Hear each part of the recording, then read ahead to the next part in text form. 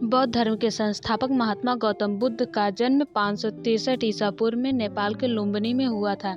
इनके पिता का नाम शुद्धोधन तथा इनकी माता का नाम महामाया था। इनके पिता ज्ञात शाक्य कुल थे, इसलिए इन्हें शाक्य मुनि भी कहा जाता है। महात्मा बुद्ध के बचपन का नाम सिद्धार्थ था। सिद्धार्थ का अर्थ होता है जो सिद्धि प्राप्ति के लिए जन्मा हो। महात्मा बुद्ध के माता महामाया का उनके जन्म के 7वें दिन ही निधन हो जाने के कारण उनकी मौसी तथा उनकी माता प्रजापति गौतमी ने उनका पालन पोषण किया। उनका विवाह यशोधरा नामक युवती से हुआ। उनके एक बेटा राहुल थे। उनके जन्म समारोह के दौरान साधु दृष्टा आशितों ने अपने पहाड़ के निवास से घोषणा की कि बच्चा या तो महान राजा बनेगा या महान पवित्र पथ प्रदर्शक बनेगा। शुद्धोधन ने 5वें दिन एक नामकरण समारोह आयोजित किया और 8 ब्राह्मण विद्वानों को भविष्य पढ़ने के लिए आमंत्रित किया। सभी ने एक सी दोहरी भविष्यवाणी की कि बच्चा या तो एक महान राजा बनेगा या एक महान पवित्र आत्मा। सिद्धार्थ का मन बचपन से ही करुणा और दया का स्रोत था।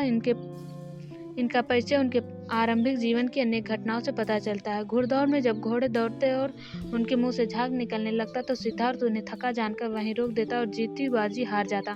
खेल में भी सिद्धार्थ को खुद हार जाना पसंद था, क्योंकि किसी को हराना और किसी का दुखी होना उससे नहीं देखा जाता था।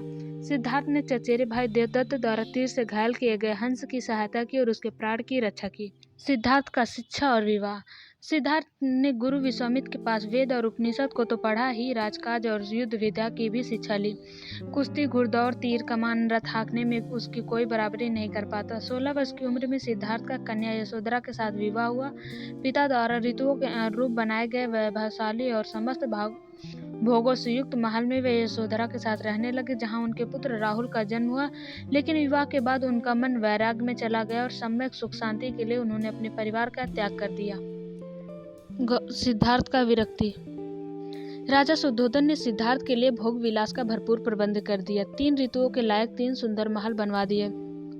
वहां पर नाच गान और मनोरंजन की सारी सामग्री जुटा दी गई। दास दासी और उसकी सेवा में रख दिए गए। पर ये सब चीजें सिद्धार्थ को संसार में बात कर नहीं रख सकी। वसंत ऋतु में एक दिन सिद्धार्थ बगीचे की सैर पर निकले। उन्हें सड़क पर एक बूढ़ा आदमी दिखाई दिया। उसके दांत टूट गए थे, बाल पक गए थे, शरीर टेढ़ा हो गया था। हाथ में लाठी पकड़े धीरे कांपता हुआ वह सड़क पर चल रहा था। दूसरी बार कुमार जब बगीचे की सैर पर निकला तो उसकी आंखों के आगे एक रोगी आ गया। और तीसरी बार सिद्धार्थ को एक अर्थी मिली। 4 आदमी उसे उठाकर लिए जा रहे थे। पीछे पीछे बहुत से लोग थे जो रो रहे थे। इन दृश्यों ने सिद्धार्थ को बहुत विचलित किया। उन्होंने सोचा कि धिक्कार है जवानी को जो जीवन को सोख लेती है, धिक्कार है स्वास्थ्य को जो शरीर को नष्ट कर देता है, धिक्कार है जीवन को जो इतनी जल्दी अपना अध्याय पूरा कर देता है। क्या बुढ़ापा, बीमारी और मौत सदा इसी तरह होती रहेगी?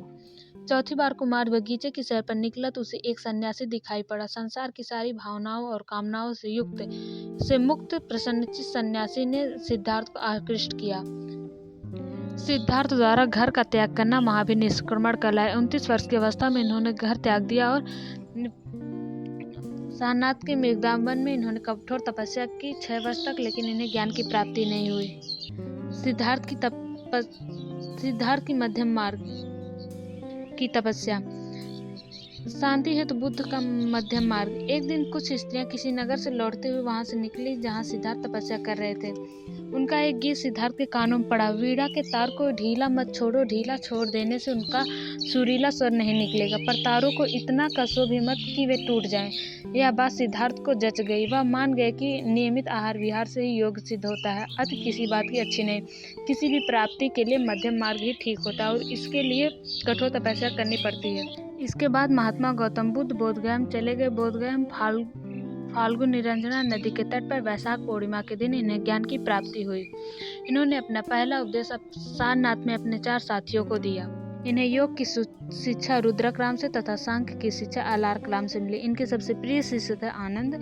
पहली महिला बौद्ध भिक्षुणी प्रजापति गौतमी बनी तथा दूसरी महिला बौद्ध भिक्षुणी आम्रपाली नर्तकी जो थी वो बनी। ज्ञान प्राप्ति के बाद ही इनका नाम सिद्धार्थ से महात्मा बुद्ध पड़ा। बुद्ध का अर्थ होता है प्रबुद्ध या ज्ञानी व्यक्ति। ज्ञान प्राप्ति के बाद महात्मा बुद्ध सारनाथ गए। इन्होंने सर्वाधिक उपदेश श्रावस्ती में दिया। इन्होंने श्रावस्ती के अंगुलीमाल डाकू को शिक्षा दी। इनके सबसे प्रिय शिष्य आनंद तथा उपाली थे। आनंद के कहने पर ही महात्मा बुद्ध ने महिलाओं को बौद्ध संघ में प्रवेश की अनुमति दी और कहा कि अब बौद्ध धर्म ज्यादा दिन तक नहीं चलेगा।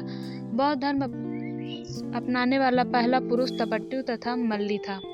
महात्मा गौतम बुद्ध ने अष्टांगिक मार्ग, 10 शील, 3 दर्शन, 4 आर्य सत्य और त्रिरत्न का सिद्धांत दिया। इनके 3 दर्शन थे अनेसरवाद, शून्यवाद, क्षणिकवाद। अनेसरवाद अर्थात ईश्वर का कोई अस्तित्व नहीं। शून्यवाद, कोई व्यक्ति सर्वोपरि नहीं है, ना ही सर्वशक्तिमान है।